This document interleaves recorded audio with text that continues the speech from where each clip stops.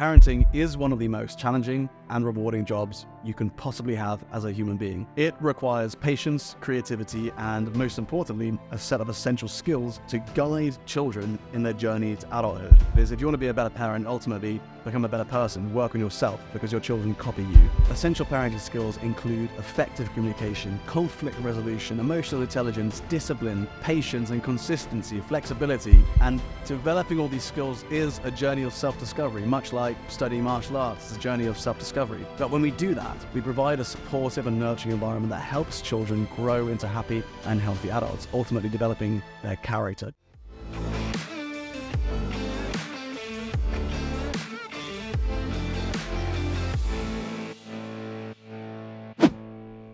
Welcome back to the Warrior Academy podcast. This is another deep dive with myself, Sebastian Bates, the host of the Warrior Academy podcast.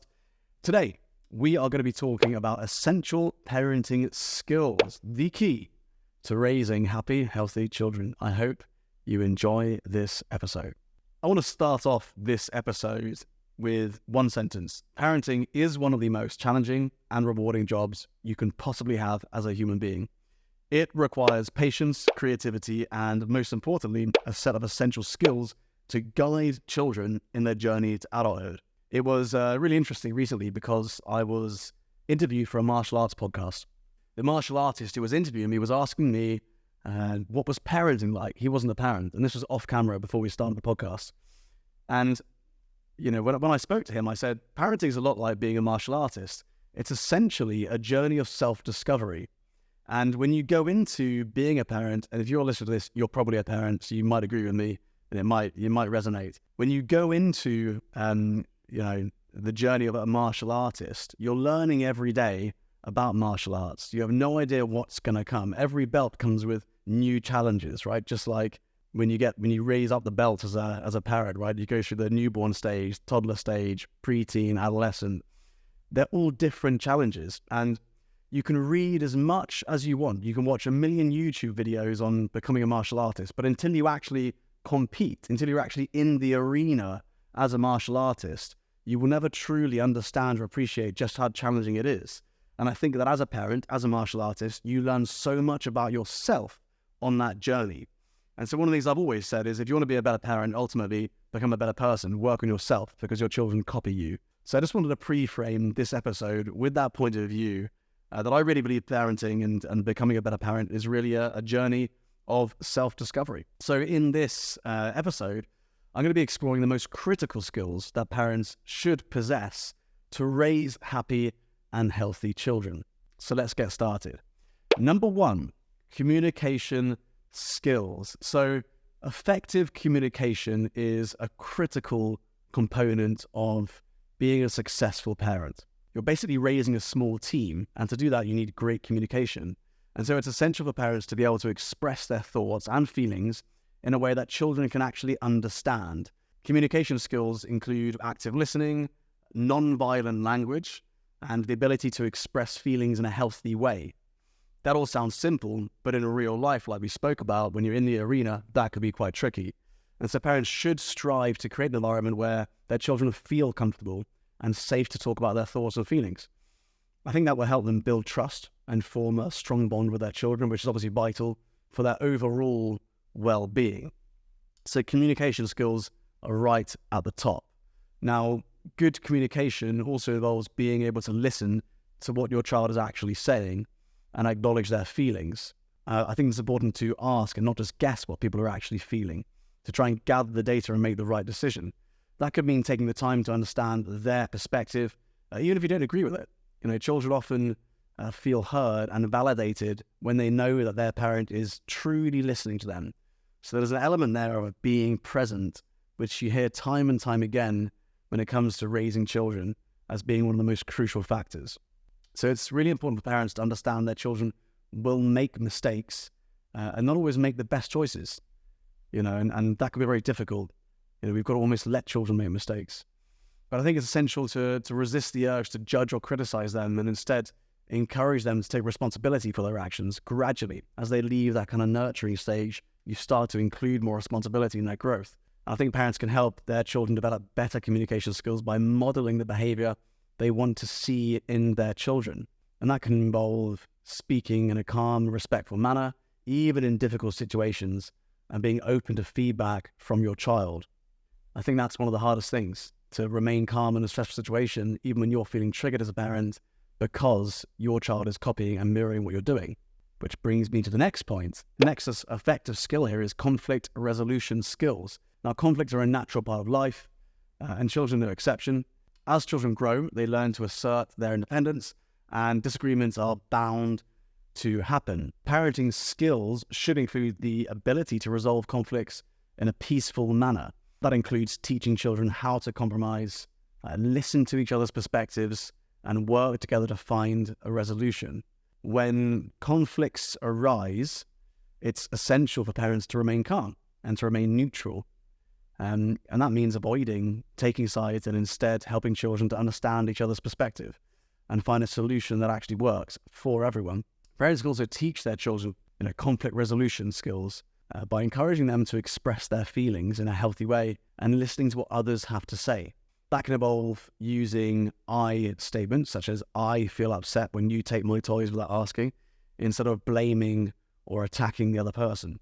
The next critical skill that parents need is emotional intelligence. Now, emotional intelligence is the ability to recognize and understand and manage emotions. It's essential for parents to develop this skill to help their children manage their emotions. Parents should really strive to understand their children's emotional state and provide them with the support they need to manage their emotions in a healthy way. So when a child is feeling upset, a parent with a high emotional intelligence might acknowledge the child's feelings and offer comfort straight away, such as a hug or a listening ear. On the other hand, a parent with low emotional intelligence might dismiss the child's feelings or become frustrated with them. So a lot of this is, how we're coping in the moment as a parent, right? Are we being triggered by the discomfort our child's going through and therefore acting in a way which doesn't best serve them? Developing emotional intelligence requires self-awareness and the ability to understand and regulate one's emotions, as well as the ability to understand and respond to other emotions that other people have. And that kind of goes back to what I was saying at the beginning of this podcast with parenting and martial arts being a journey of self-discovery. Learning to regulate your emotions is a big part of that. The next critical skill is discipline skills. Now, discipline is a crucial part of parenting, as we all know, but it should be used to teach children appropriate behavior. Effective discipline should be consistent, it should be fair, and appropriate to the child's age and development. And so it's really essential for parents to understand the difference between discipline and punishment. They are two different things, and to focus on positive reinforcement rather than focusing on punishment. So instead of punishing a child for misbehaving, a parent can praise the child for making good choices. Positive reinforcement encourages children to repeat positive behaviors and can help, build them up and build up their self-esteem and confidence. On the other hand, punishment can lead to feelings of shame, feelings of guilt, and feelings of low self-esteem. So if you really want the best for your child, you want them to remember the lesson, instinctually we might think punishment is the right way. Maybe that's what we learn from our parents. But ultimately, giving them positive reinforcement has been shown to be the most effective way of doing that. It's also important for parents to understand that discipline is a teaching tool, not a way to control or manipulate children. It's a teaching tool. So parents should aim to help children understand why certain behaviors are inappropriate and how they can improve in the future. So this involves explaining the consequences of their actions and helping them find alternative, more appropriate ways to behave. The next critical skill is a tricky one, and it's patience and consistency. Patience and consistency are two essential skills that are crucial for successful parenting, and children need stability and routine to actually feel secure. Parents who are patient and consistent provide that stability, and that includes being consistent in rules, consistent in expectations, consistent in consequences, as well as showing patience in challenging situations. A parent who is consistent in enforcing bedtimes, homework, schedules, and chores helps create a sense of stability and routine for the child. On the other hand, a parent who is inconsistent in their expectations or enforcement of rules can actually create confusion and insecurity for their child. In a similar way, a parent who shows patience when dealing with a child's misbehavior or mistakes can help the child feel supported and understood. The next critical skill is flexibility. So while consistency and routine are really important, it's also important for parents to be flexible.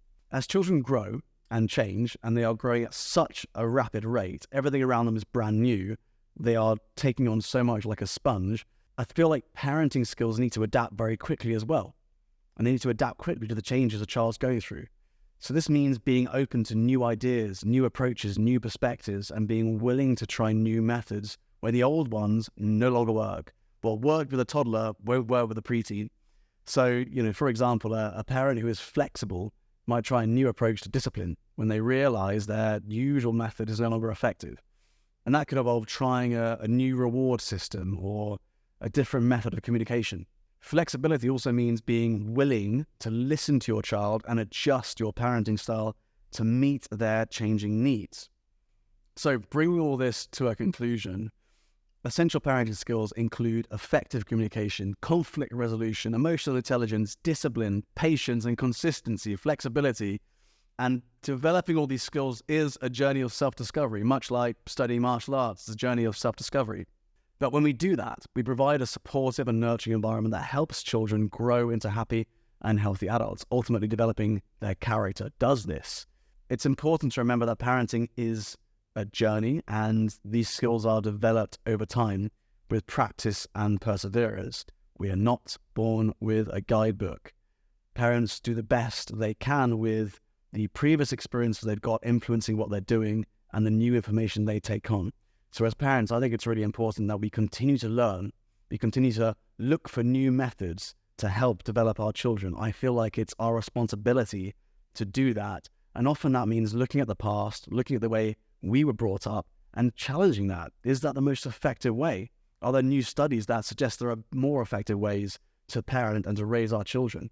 We don't need to look back and blame our parents for the things they've done and how they've raised us, but instead use that as a resource for information, challenge the status quo, and look forward in a very positive way at how we can improve parenting for the sake of our children. I hope you enjoyed that episode. We'll come to a conclusion there. And effective tools for raising healthy and happy children and developing their character. Parenting is a big one. It's a very, very tricky, big subject. Let me know what your thoughts are in the comments. If you're watching this on YouTube, what are your thoughts on these effective skills that we've listed for parenting? Would you add any more in there? Would you take any away? We would love to hear your feedback. If you enjoyed this episode, make sure you click subscribe so you don't miss the next one. And I look forward to seeing you soon.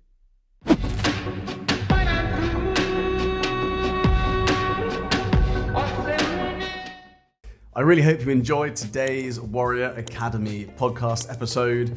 We're going to keep creating these episodes because I know that so many parents find them useful or get insights or get ideas about how to develop their child's character.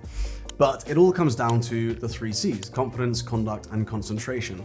So if you want to get a deep insight into the levels of confidence your child has, the level of concentration they have, or the level of conduct they have, so that you can actually put a score next to it and then work towards increasing those scores like we do in the Warrior Academy, then I'd love to invite you to fill in the Breakthrough Area Assessment. It takes about 5 minutes of your time, and you will get a personalized PDF report on your child's 3 C's. To access the Breakthrough Area Assessment and find out your child's 3 C's score, all you need to do is go to www.breakthrougharea.com.